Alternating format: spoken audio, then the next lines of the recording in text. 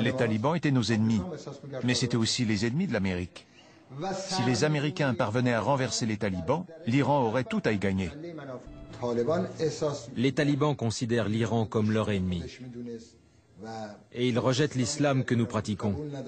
La présence des talibans à notre frontière était une menace stratégique très sérieuse pour nous.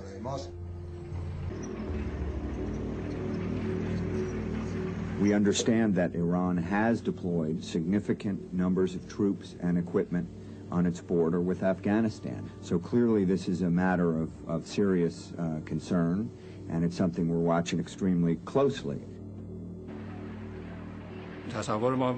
Le président et moi-même, nous pensions que l'action militaire ne servirait à rien et qu'il ne fallait pas s'y engager. En revanche, il fallait gagner l'attention de la communauté internationale.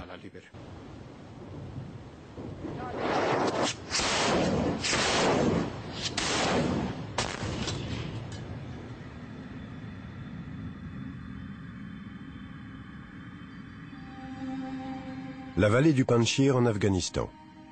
Les événements qui s'y déroulent en 2001 fournissent à l'Iran et à l'Occident une rare occasion de rapprochement. Les talibans, ennemis de l'Iran, contrôlent alors la quasi-totalité de l'Afghanistan, à l'exception de cette vallée qui est encore tenue par l'Alliance du Nord, alliée de l'Iran. Son chef, le commandant Ahmed Shah Massoud, est le seul Afghan que les talibans n'ont pas réussi à soumettre par la force. Ils y parviendront par la ruse. Deux Tunisiens munis de passeports belges et de lettres d'introduction d'un groupe islamique de Londres obtiennent une interview de Massoud. Il commence l'entretien par quelques questions surprenantes. Pourquoi êtes-vous contre Oussama Ben Laden? Pourquoi dites-vous que c'est un assassin?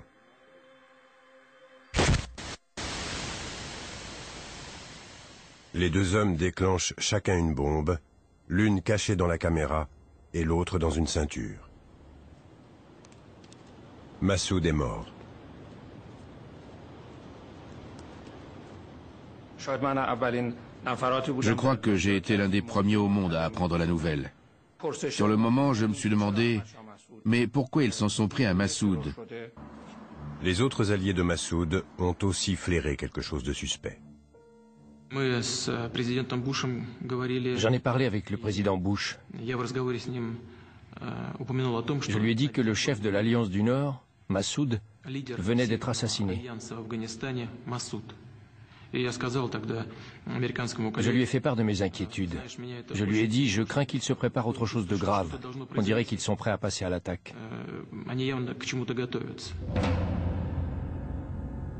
Le lendemain, c'est le 11 septembre 2001. Je me souviens qu'il était 4 heures de l'après-midi chez nous. Je m'étais absenté du bureau et quand je suis revenu, on m'a dit de regarder la télévision. Mais personne ne m'a dit de quoi il s'agissait.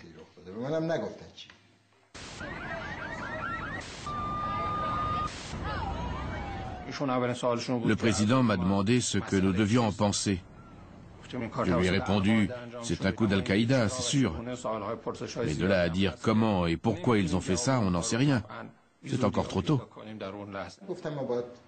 J'ai dit qu'il fallait très vite condamner publiquement cet acte. Et puis que nous devions exprimer notre chagrin pour toutes ces victimes.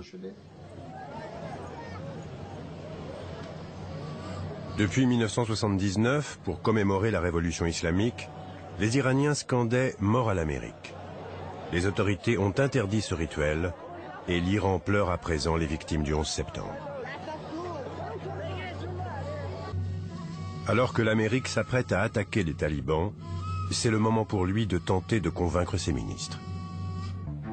Le gouvernement Khatami décide de prendre contact avec les États-Unis.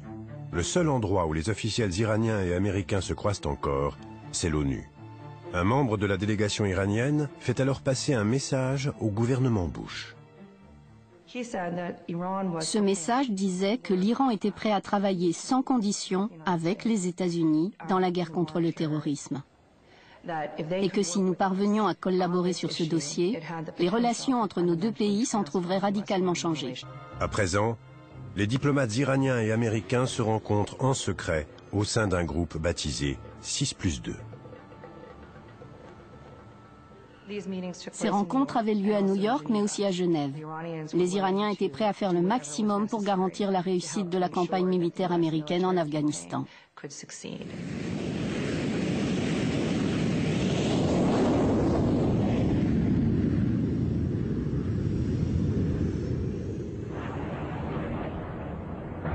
Pendant près d'un mois, l'armée américaine pilonne les talibans et Al-Qaïda au sud et à l'est de Kaboul.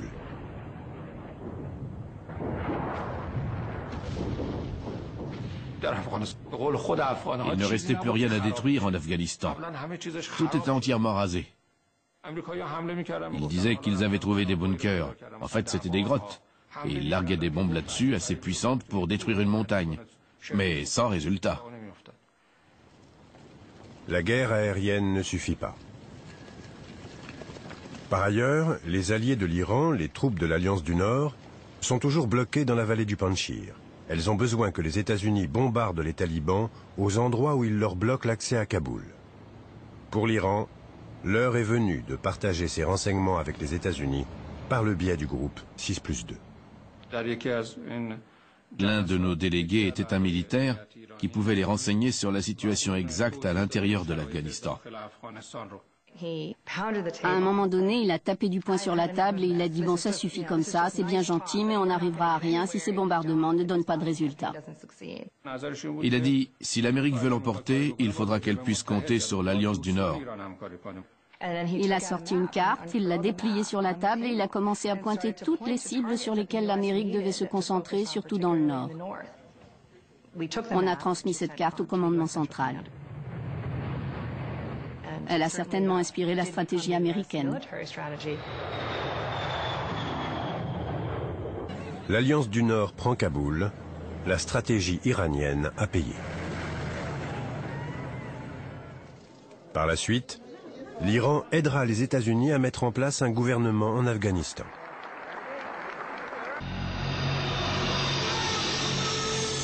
Neuf mois plus tard, les États-Unis et la Grande-Bretagne proposent une résolution à l'ONU pour autoriser la guerre contre l'Irak.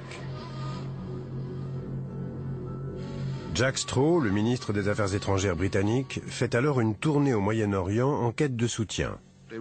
L'Iran était un pays important dans cette région et il me semblait crucial de rencontrer les Iraniens pour les associer à notre action contre Saddam Hussein pour nous débarrasser de lui. We cannot ignore the threat posed by Saddam Hussein to this region, to countries like Iran and Kuwait, to the Iraqi people themselves, and to the security of the region and the world. Saddam n'avait pas toujours été leur ennemi. C'était notre ennemi à nous, et on voulait qu'il soit éliminé. Le président Khatami fait à présent une proposition inattendue. Il offre aux États-Unis ses renseignements et ses conseils pour éliminer Saddam Hussein. Khatami m'a dit, il y a déjà eu une entente internationale sur l'Afghanistan à laquelle nous avons pris part et personne ne l'a peut-être remarqué, mais cela a bien fonctionné. Je lui ai dit, pourquoi ne pas reproduire notre expérience afghane en Irak? Mais cette fois-ci, ne faisons plus 6+2, mais 6+6. Les 6 pays voisins de l'Irak d'un côté, et l'Amérique ainsi que les autres pays membres du Conseil de sécurité de l'ONU, plus l'Égypte. Pour nous, l'avenir de l'Irak était aussi important que celui de l'Afghanistan. Nous avions beaucoup de personnalités irakiennes vivant en Iran, des personnes destinées à devenir les futurs dirigeants de l'Irak.